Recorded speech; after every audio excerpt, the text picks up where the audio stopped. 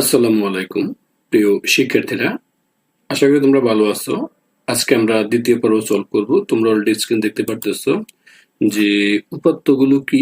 আগের অংশগুলো 1 থেকে 12 গুলো পেতে এই ডেসক্রিপশন বক্সে লিংক দেওয়া থাকবে, অথবা ভিডিও শেষে প্লেলিস্টে তোমরা পেয়ে যাবে। দেখো, তথ্য উপাত্ত কি, বিষয়টা খেয়াল করো। তথ্য ও উপাত্ত কি উদাহরণের মাধ্যমে উপস্থাপন করো। খুবই সহজ একটি বিষয়। আমরা প্রথমে তথ্য লিখব। তথ্য কি, আগে তথ্যটা লিখব। যে কোনো গবেষণা কাজে ব্যবহারের জন্য অনুসন্ধান ক্ষেত্র হতে সংগৃহীত পর্যবেক্ষণ মান, উপাদান বা বস্তুকে তথ্য বলা হয়। আশা করি বুঝতে পারছো।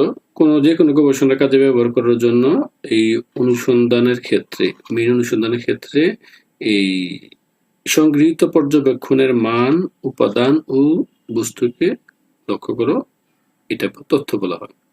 তো তথ্য নির্ভর বিশ্বে প্রতিনিয়ত আমরা বিভিন্ন তথ্যের সম্মুখীন হই এবং এর ব্যাপক ব্যবহার দেখতে পাই।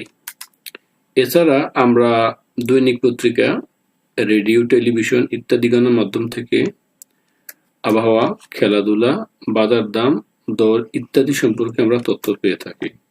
তো শিক্ষার্থীরা, আশা করি তোমরা তথ্যটা বুঝতে পেরেছো। এখান থেকে তোমরা দেখে হুবহু লিখে ফেলতে পারো, এটা তথ্য। এবার আসো উপাত্ত কি। উপাত্ত নিয়ে আলোচনা করতেছি। শিক্ষার্থীরা দেখো, ওই উপাত্ত হচ্ছে এই পরিসংখ্যানে বর্ণিত সংখ্যাসূচক তথ্যই হলো উপাত্ত। পরিসংখ্যানে সংখ্যাসূচক এই যে তথ্য আছে এগুলি সম্মত উপাত্ত। যেমন এই ধরো, কোন স্থানের দৈনিক সর্বোচ্চ ও সর্বনিম্ন তাপমাত্রা বা কয়েকদিনের বৃষ্টিপাতের পরিমাণের সংগ্রহ করলে এটা উপাত্ত হবে। আবার আরেক উদাহরণ হলো 10 জন ছাত্রের বার্ষিক পরীক্ষায় গণিত বিষয়ে প্রাপ্ত নম্বর, রোল নম্বর অনুযায়ী এটা হলো উপাত্ত।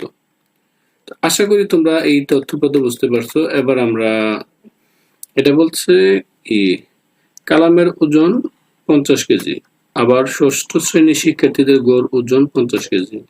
এই দুই তথ্য লক্ষ্য করো, তথ্যের কোনটি দ্বারা পরিসংখ্যান বোঝায় ব্যাখ্যা করো।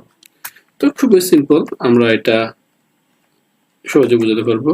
লক্ষ্য করো, এই কালামের ওজন 50 কেজি, আবার ষষ্ঠ শ্রেণীর শিক্ষার্থীদের গড় ওজন 50 কেজি। এই দুই তথ্যের মধ্যে এই ষষ্ঠ শ্রেণীর শিক্ষার্থীদের গড় ওজন 50 কেজি দ্বারা পরিসংখ্যান বোঝায়। আশা করি বুঝতে পারছো, এই ষষ্ঠ শ্রেণীর শিক্ষার্থীদের এই গড় ওজন 50 কেজি দ্বারা পরিসংখ্যান বোঝায়। কেননা এই একটিমাত্র সংখ্যা দ্বারা প্রকাশিত উপাত্তের, লক্ষ্য করো, একটিমাত্র সংখ্যা দ্বারা প্রকাশিত উপাত্ত পরিসংখ্যান নয়, একটা দ্বারা প্রকাশ করলে পরিসংখ্যান নয়।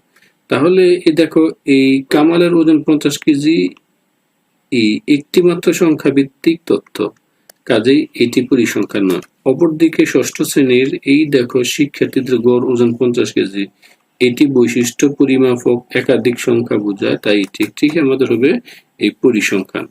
তো তাহলে একাধিক সংখ্যা বোঝায় বলে এটি হবে পরিসংখ্যান। আমরা এটা সলভ করে ফেলবো, এভাবে লিখে ফেলবে। আশা করি এই অংশটা তোমরা স্পষ্টভাবে বুঝতে পেরেছো। এবার আমরা সলভ